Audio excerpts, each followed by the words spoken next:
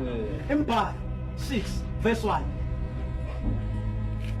uJehova washo kuMose ukuthi Ngifuna wonke umuntu lapha esitimeleni pretty please listen attentively uzwe kahle ukuthi inkolo eNazaretha inkolo ekade yabakhona akuyona inkolo yombatha funda baba khuluma kubo uthi uJehova washo uJehova kuMoses khuluma kumaIsrayeli uthi kubo abantu bakaIsrayeli athi kubo uma wesilisa noma wesifazane ezahlukanisa uma wesilisa noma wesifazane uma wesilisa noma wesifazane ezahlukanisa uma sezahlonza lento zomhlaba noma ikhona inkonzo ezikhona emhlabeni afunga isifungo somNazaretha to vow a vow yobuNazaretha wenza isifungo sobuNazaretha wenza ini isifungo inkolo nenkolo inesifungo sayo inkolo yobuNazaretha eBhayibhelini from Genesis to Isambulo khona inkolo yobuNazaretha wenza ivow isifungo sobuNazaretha azimisele kuJehova lo muntu yobesayimisela kuJehova akazihlukanise newa alikho ikhona nedaba mangabe lisiyakholwa notshwala ubukhala alamaza asahlonise newayini notshwala bomkhala abawiski akaphuza umungu akaphuza ukumungu ngoba useyinazaretha useyikholwa nomungu bodwa verse 5 izinsuku zonke zesifungo sezahlukanisa zonke izinsuku zakhe enza isifungo uNkulunkulu angaphuculi ikhanda lakhe akake kuyibeka ijiskope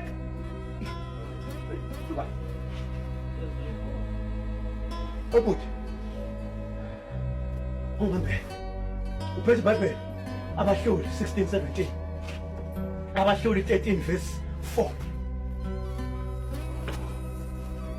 kuze kuphelele lezo nsuku mana ndawani lokho libe iBhayibheli bamba uMateyu 2 verse 23 funda ndawani verse 5 kuze kuphelele lezo nsuku zozahlukanisela kangala kahle phansi ba verse 5 izinsuku zonke zesifungo sezahlukanisa zonke izinsuku zakhe zokuzahlukanisa angaphuculi ikhanda ake uyibeka ijiskope uma senikholwa mkhulumi ngawe wena ukholwa awungidundi ikhanda lakhe kuze kuphelele lezo nsuku uyozafe uJehova hamba naye uyakuba lo muntu uyethi ushembe makabeniyenisa ushembe balekuthuthukweni ngoba mvawuse uthi ngiyanibingelela aManazaretha ayingcwele asekuhleni uyakuba ngcwele ayeke isihluthi sezinwele zekhanda lakhe esikhulu Hope. Bu. Abakunda amakhanda.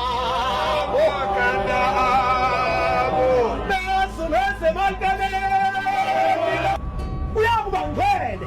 Ayisihluthi. Abahluli 16, 17. Abahluli 13 verse 4. Fundani maNazaretha. Hawu. Bona watshela inhliziyo yakhe Bona watshela inhliziyo yakhe yonke. wathi kuye Wathini kuye? imfuco Ijiskopu. ayizange ifike ekhanda Ayizange ibeke wena ikhanda. ukuba bengiwumNazaretha kaThixo Abakhozi ngoba umNazaretha kaThixo funde 13 verse 4 funda qaphela-ke ma qaphela-ke manje ungaphuzi wayini uyaphuzi wayini Lotshwala. lotshwala ungadli lutho ungadli lutho okungcolileyo okungcolileyo ngokubabheka ngokubabheka shaya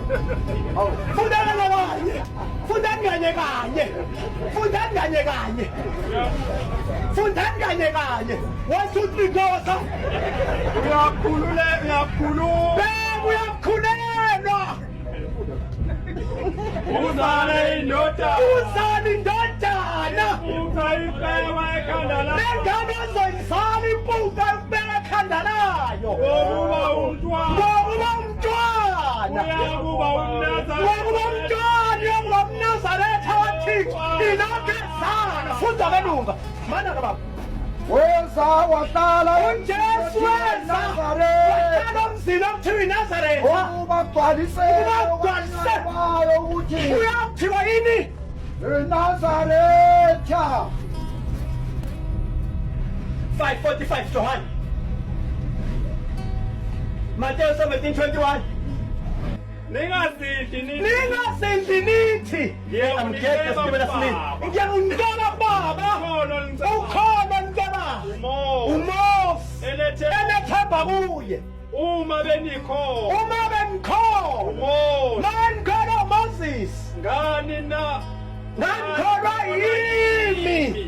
Yena wona bangami. Nami.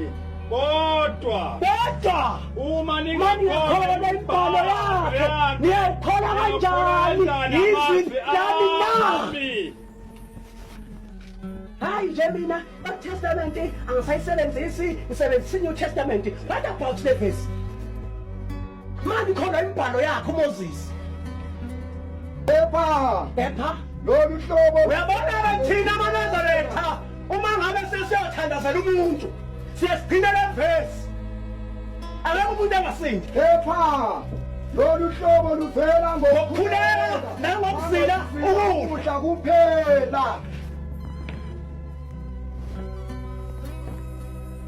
Shembuko. Thina singamaNazaretha asiwusebenzisi umuthi.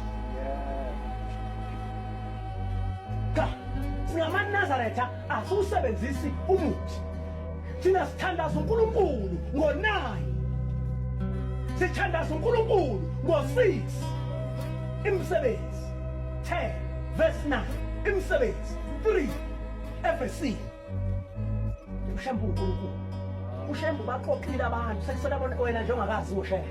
Okusabisa ushembe ngomuntu. John 10 verse 8.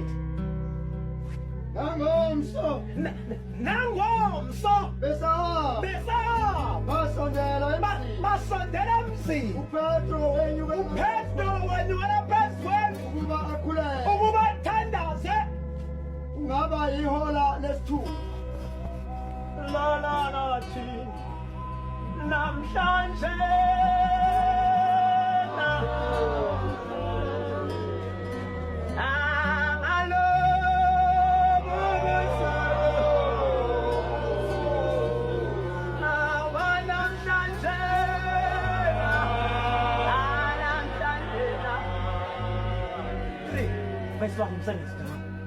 uPetro noJohane bakhuphuka kanye ukuya ethempelini ngehora lokukhuleka esishagalolunye ubana